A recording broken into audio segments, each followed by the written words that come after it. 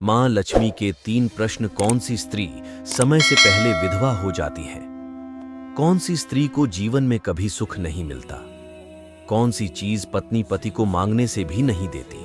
एक बार माता लक्ष्मी भगवान विष्णु से कहती है प्रभु, जब मैं आपसे मिलने के लिए आ रही थी तो मेरी नजर मृत्यु लोक पर पड़ी। मैंने क्या देखा कि 3 स्त्रियां जो आपस में सहेली थीं, उनमें से 2 स्त्रियों विधवा होकर के दुखी जीवन की रही थीं, जबकि एक स्त्री सुहागन होकर के अपने पति के साथ सुखी जीवन जी की रही थी। प्रभु, यह बात मेरी समझ में नहीं आई, इसीलिए मेरे मन में 3 प्रश्न गूंजने लगे। अब मैं आपसे यह चाहती हूं कि आप मेरे तीनों प्रश्नों के उत्तर देकर कि मुझे संतुष्ट करने की कृपा करें।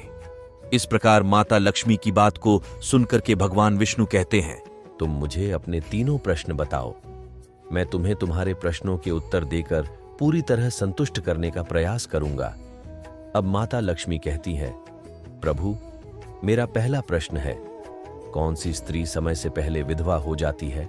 मेरा दूसरा प्रश्न है, कौन सी स्त्री को जीवन में कभी सुख नहीं मिलता? और मेरा तीसरा प्रश्न है, कौन सी चीज ऐसी है जो एक पत्नी अपने पति के मांगने से भी नहीं देती?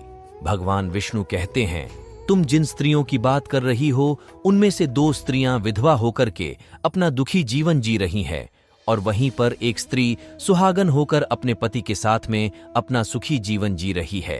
तुम जानना चाहती हो आखिरकार ऐसा क्यों है?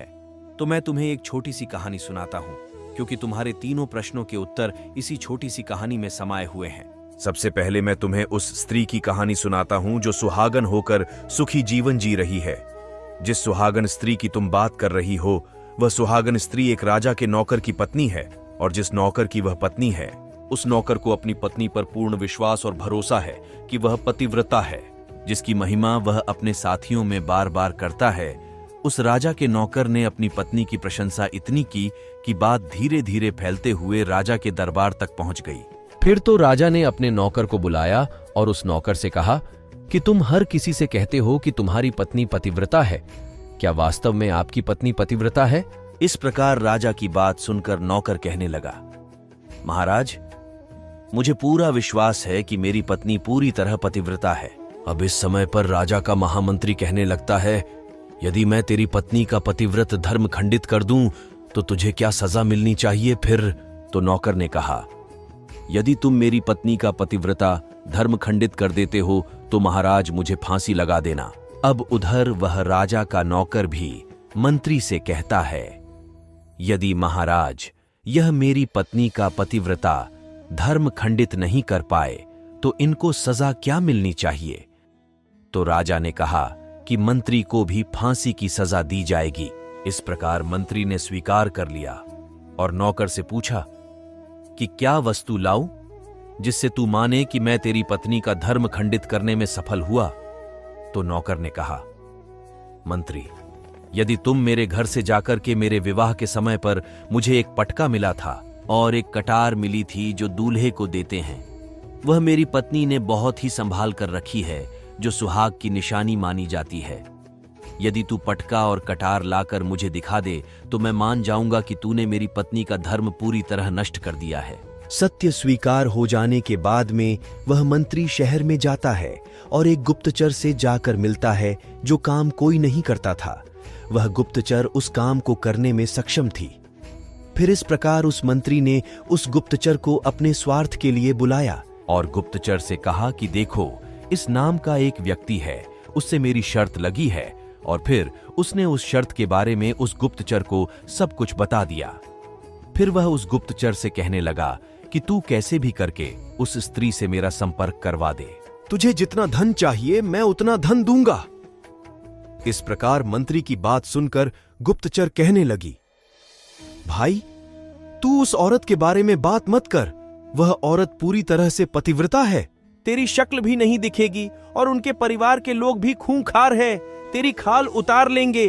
तो मंत्री कहने लगा, ठीक है, यदि तू मेरा उससे संपर्क नहीं करवा सकती है तो एक काम कर दे, उसके घर जाकर के पटका और कटार चुरा कर ला दे, और उसकी पत्नी के गुप्तांग के पास यदि कोई चिन्ह हो तो वह चिन्ह भी मुझे देख करके बता दे, फिर मैं तुझे मुंह मांगा इनाम दूंगा। यह बात गुप्तचर की समझ में आ गई। उसने कहा, ठीक है, मैं तुम्हारा काम अवश्य करूंगी। नौकर शहर में रहता था। गुप्तचर नौकर के घर जाती है। उसकी पत्नी से जाकर बोलती है, बेटी, मैं तेरी पति की बुआ हूं, मैं कई वर्षों के बाद आई हूं। फिर तो उस स्त्री ने कहा, आओ बुआ जी, मैंने आपको पहले कभी नहीं देखा, इसलिए पहचान नहीं पाई। और इस प्रकार उस गुप्तचर को उस नौकर की पतिव्रता स्त्री ने बहुत बड़ा सम्मान दिया, मगर उसे क्या मालूम था कि यह उसके साथ में छल करने आई है। इस प्रकार वह गुप्तचर उस पतिव्रता स्त्री के साथ में 2 दिन तक रुकी। जिस समय स्त्री स्नान करने लगी तो गुप्तचर उठ करके उस पतिव्रता स्त्री की कमर मलने लगी। उस पतिव्रता स्त्री ने बहुत मना किया, फिर भी वह गुप्तचर नहीं मानी और कहने लगी, मुझे तो तुम बेटी से भी प्यारी लगती हो, तुम मना मत करो, काफी दिनों के बाद मेरी और तुम्हारी मुलाकात हुई है। अब ऐसा कहकर वह गुप्तचर मुंह पर हाथ फिराने आने लगी। फिर आंखों को धोने के बहाने से उस गुप्तचर ने उस पतिव्रता स्त्री की आंखों पर पानी मार दिया और उस स्त्री की आंखें बंद हो गईं।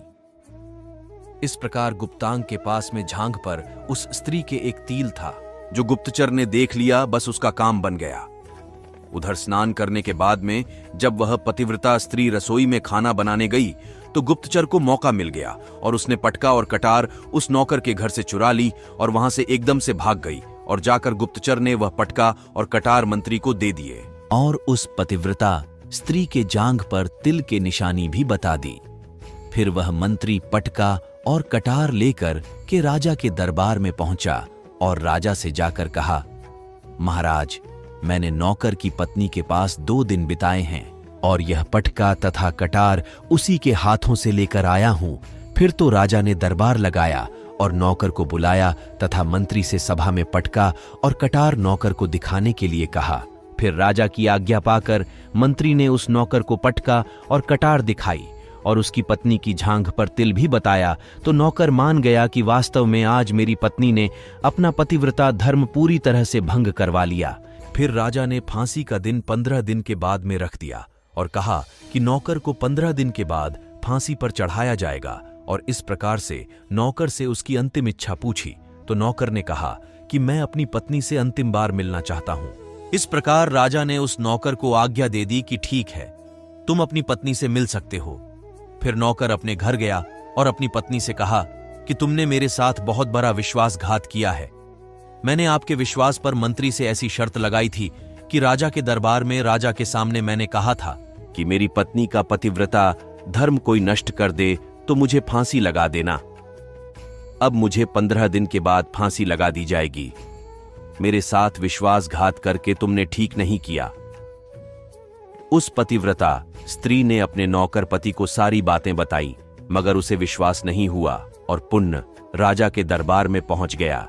फिर नौकर जब वापस पहुंचा तो राजा के दरबार में उसे कैद में डलवा दिया गया। अब उधर नौकर की धर्मपत्नी ने परमात्मा को याद किया और राजा के दरबार में गई और राजा से नाच दिखाने की आज्ञा मांगी, क्योंकि वह स्त्री बहुत ही सुंदर थी और उधर राजा शौकीन होते हैं, इसलिए राजा ने आज्ञा दे दी कि सभी मंत्री उपस्थित होकर इस सुंदरी का नाच करवाने की पूरी व्यवस्था करें। फिर तो सब मंत्री, महामंत्री, राजा आदि दरबार में उपस्थित हुए और फिर उस नौकर की धर्मपत्नी पतिव्रता स्त्री ने जब नाचना शुरू किया तो राजा को उस स्त्री का नाच बहुत ही सुंदर लगा और फिर राजा ने कहा कि तुम मुझसे क्या मांगना चाहती हो, तुम जो भी मांगोगी मैं तुम्हें वही दूंगा।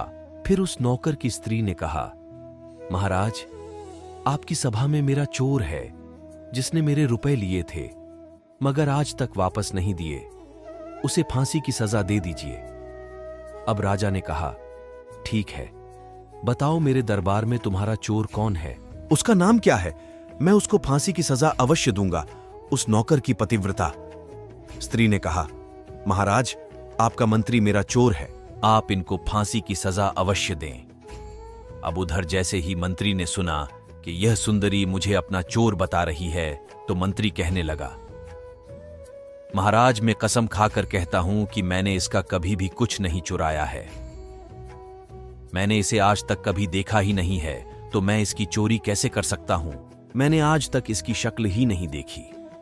जैसे ही मंत्री ने कहा कि मैंने इस सुंदरी की आज तक शक्ल ही नहीं देखी तो वह सुंदरी कहने लगी, महाराज, यदि यह मंत्री मुझे जानता नहीं है तो आप इससे यह पूछे कि यह पटका और कटार कहां से लाया था। मैं उस नौकर की पत्नी हूं जो आपके यहां पर नौकरी करता है और आप मेरे निर्दोष पति को फांसी पर चढ़ाने वाले हैं। अब मैं आपको पूरी बात सुनाती हूं। यह जो आपका मंत्री है, इसने मेरे पास में अपनी एक गुप्तचर को भेजकर मेरी जांघ के तिल का पता लगाया और उसी ने यह पटका तथा कटार चुराकर इसको ला करके दी। और आपके मंत्री के द्वारा भेजी गई गुप्तचर जब मेरे घर पर आई थी तो उसने मुझसे कहा था कि वह मेरे पति की बुआ है। वह पहली बार आई थी, इसलिए मैं उसको पहचान नहीं सकी। और महाराज, इस प्रकार मैंने उस स्त्री को अपने यहाँ पर बहुत सम्मान दिया और अपने यहाँ पर उसके ठहरने की व्यवस्था की। इस प्रकार उस नौकर की स्त्री की बात को सुनकर राजा ने गुप्तचर को बुलाया।